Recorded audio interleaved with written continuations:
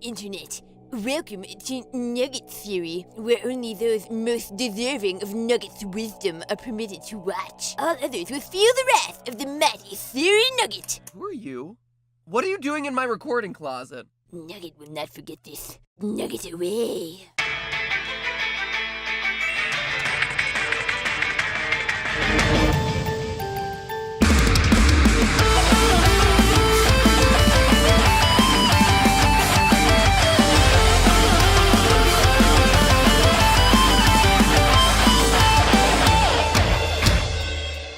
Hello, Internet! Welcome to Game Theory, the show that teaches you high school math by offing a school full of kindergartners. But MatPat, I hear you saying, I've never even heard of a game like that. Do you mean you're doing another episode on haunted animatronics? And to that I say no, not today. Probably 2 episodes from now. No, today we're not killing kids in a haunted pizza restaurant. We're killing them on a family-friendly playground. Truly, Game Theory is expanding its horizons. Loyal theorists, welcome to the world of kindergarten. One of the best games of 2017 and hands down one of my favorite games we have ever covered on GT Live. Now, in case you missed it, shatter that I button in the upper right-hand corner of the screen because there's a link to watch our playthrough. To give you context though, Kindergarten is the ultimate replayable child murder masterpiece of our time. An 8-bit Life is Strange where you relive the same Monday over and over and over again, attempting to figure out the right series of events to complete each character's storyline. Are you gonna try to be the best boyfriend ever to popular girl Cindy by dumping a bucket of blood on another classmate's head? Will you fall victim to Mr. Sweepy as the janitor tries to dispose of suspicious-looking bags in the bathroom? Or are you gonna unravel the mystery behind your fellow classmate Billy's disappearance? Nugget misses Billy. And then there's Nugget. That's me. The friendless weirdo who definitely smells like last night's pizza and kills off the class bully with a poisoned processed chicken ball. We all knew a kid like this growing up, the one who eats the paste, or in the case of our game, digs a hole behind the school that leads to a satanic worship pit. It is not for the worshipping of Satan. It is the Nugget Cave, reserved only for those who have proven their friendship to Nugget. Well, whatever it's called, it's a giant hole in the ground dug into the school's sandbox. But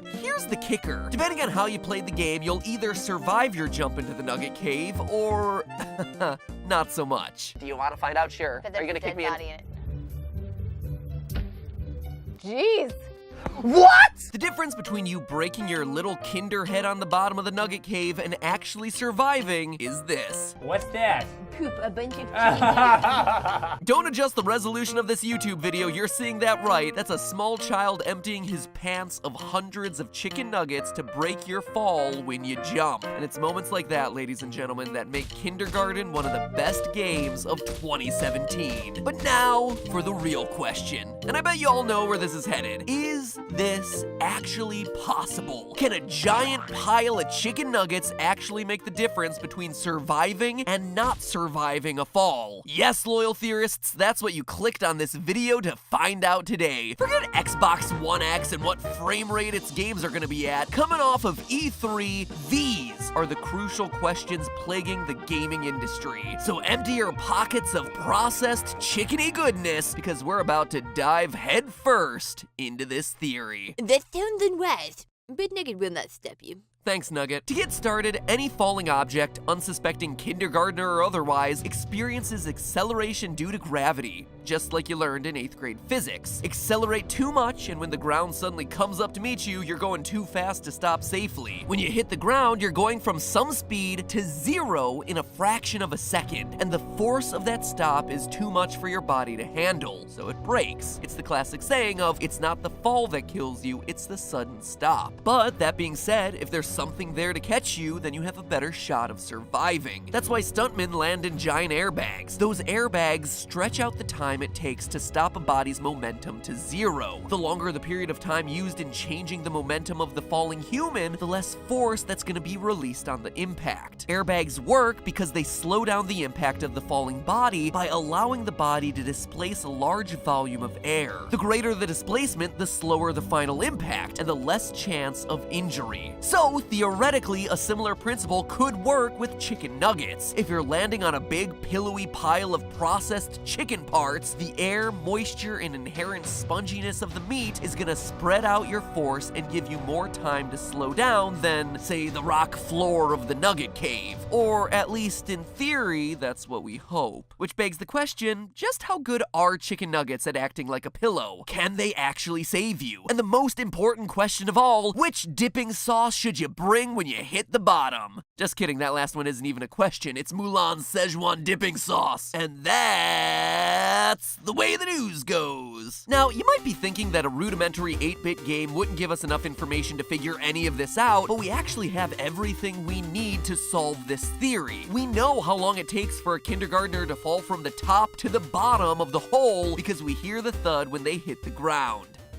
Oh no! We killed her! Goodbye, Lily. No, the pretty Lily should not enter the Nugget Cave without my pillowy nugget cushion. Yeah, sucks to be her. So after timing out this horrific child's death, I was able to conclude that our fall time is 2.7 seconds. Since Lily starts at a velocity of 0 and is accelerating only due to the force of gravity, which is 9.8 meters per second squared, we're able to calculate that the depth of the Nugget Cave is 35.7 meters. 35.7 meters is over 100 feet, or 10 stories high, which is a seriously impressive hole to be hand-dug by a kindergartner during recesses using a tiny plastic shovel. But based on that, we can calculate our speed when we hit the bottom of the cave. It's almost 60 miles per hour, 96 kilometers per hour. This tells us right away that he's definitely going fast enough to die on impact. NASA estimates that on average, humans can technically survive an impact of up to 38 miles per hour, but above that, you're pretty much guaranteed to die instantly. And according to the Journal of Pediatric Surgery, the survival rate for children is 50% once you start throwing them off of buildings that are 5 stories high. Don't really know how they got those test results in. Don't really want to know. It's for science! And that's only 5 stories high. Our kindergartner is falling from twice that height. So yeah, Nugget, I hope you're confident in the breaking power of your breaded pile of protein. Gentle method, Nugget would not lie to you, unless you betrayed Nugget's bond of friendship. Now, to figure out whether nuggets will break our fall, we need to know how soft they are. And it turns out they need to be really soft. The maximum force your spine can take in a feet-first fall is 23 Gs before you start to crumple like a human accordion. For context, when you go on a roller coaster, the max Gs that you feel is about 3 to 6. And when Apollo 16 re-entered Earth's atmosphere, it only got up to 7 Gs. Right now, when we jump straight down into the uncushioned Nugget Cave, we're getting hit with almost 30 Gs of force at the bottom, way over the threshold to kill us. That means we need a lot of cushioning, but can chicken nuggets actually do the job? To find out, we need to know how compressible chicken nuggets are. Compressibility is basically how much give an object has when you put weight on it. Concrete, not very compressible. My love handles, sadly very compressible. I mean, rock hard. I'm totally swole, bro. Can't spell fabulous without abulous. Yeah, I just need to stop sitting on my butt writing episodes and do exercise. So to test the compressibility of chicken nuggets, Steph and I actually ran around town collecting nuggets from a variety of different restaurants. Once we had successfully creeped out every drive-thru in a 10-mile radius by cleaning them out of their nugget supplies, it was time to test the compressibility under different weights. Gotta pay for some nugs.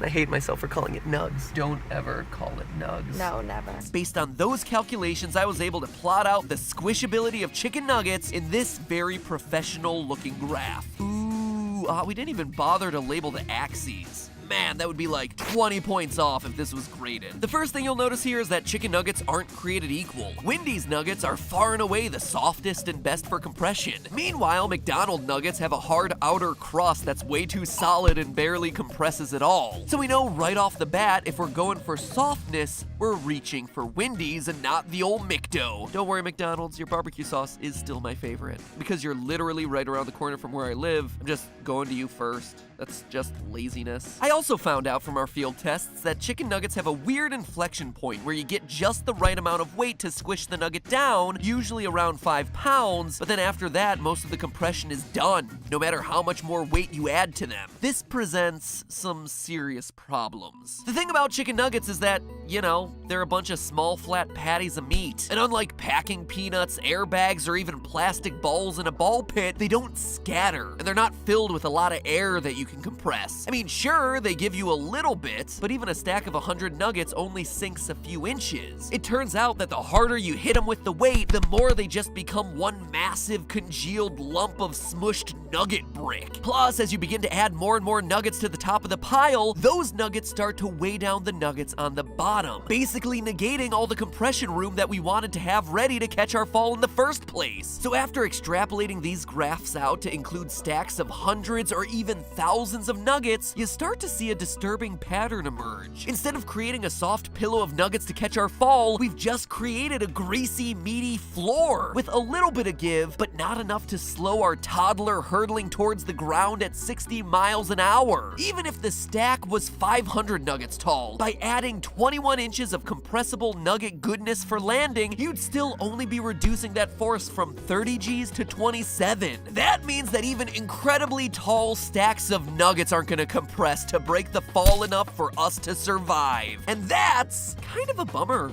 really. I'm usually all about finding a way to make the physics of these things work out, but in this case, you have to remember, you're jumping out of a 10th story window into a pile of formerly frozen meat. So is the Nugget Cave an impossibility then? Is Nugget forever cursed, never to enter his beloved Nugget hideout ever again? Well, not so fast there, my nuggety friend. You might not be able to break your fall with chicken nuggets, but if you take this whole experiment to its extreme, let's face it, that's the whole point of game theory in the first place, then there is technically a way that the nuggets could save you. Instead of cushioning your fall, what you'd actually need is enough nuggets to make your fall shorter. A pile of nuggets so tall that it lessens your fall distance to a point that you're no longer hitting speeds that result in deadly deceleration. But just how many will you need?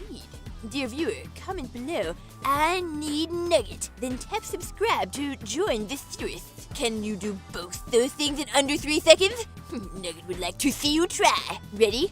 3, 2, 1. Impressive. Perhaps you are worthy of Nugget's friendship after all.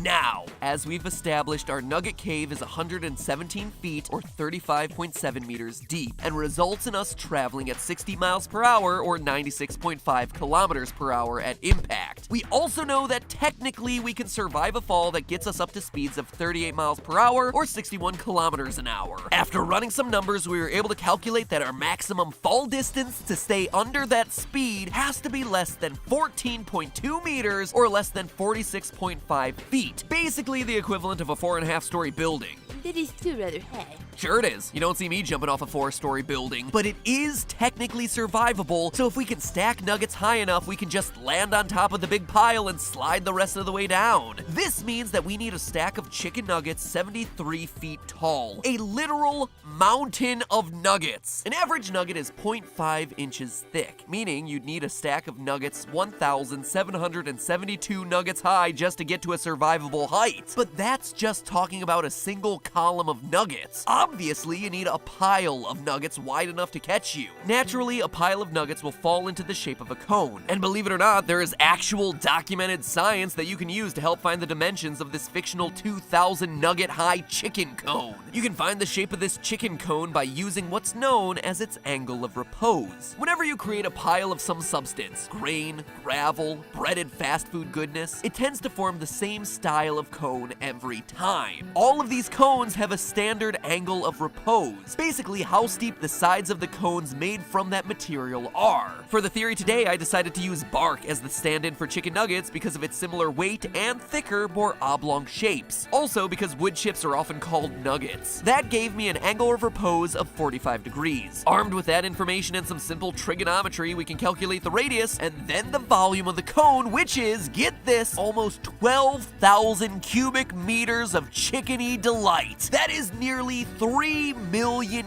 gallons of nuggets. But then how many individual nuggets does that huge number translate to? Well, if you divide this total volume by the volume of one chicken nugget, which is 3.5 times 10 to the negative 5th cubic meters, in case you were curious, you get the grand total nugget count to save your life of 340,800,000 chicken nuggets. That is almost 350 million chicken nuggets as the minimum number to get us to survive our fall into Nugget's Cave. And if that number seems big to you, think about it this way. We're talking about a cone of nuggets that is as tall as a 6-story building. Nugget's pants are not equipped to handle that. Well, I'd say your pants are the least of your worries there, buddy. I bet your wallet isn't built to handle it either. Buying that many nuggets, even at Burger King's steal of a deal at $1.50 per 10-piece nugget box, you'd be spending over $51 million on chicken flippin' nuggets. Nugget cannot afford that. Nugget has been saving up for Monty's Monstermon card to give to the pretty Lily. Well, then there you have it, Nugget. Stop digging such deep holes. But most importantly of all, remember, that's just a theory. A game theory. Thanks for watching. And be a friend to Nugget. And subscribe, please. After everyone at school dying, Nugget needs some new friends. Don't leave Nugget alone. Tap the icon in the center of your screen. Give it a little tap. Tap it. Tap it. And hey, if this theory got you interested in Kindergarten the game, check out our GT Live playthrough by tapping the button on your left. Now, if you'll excuse me, I need to go eat a salad. See you next week!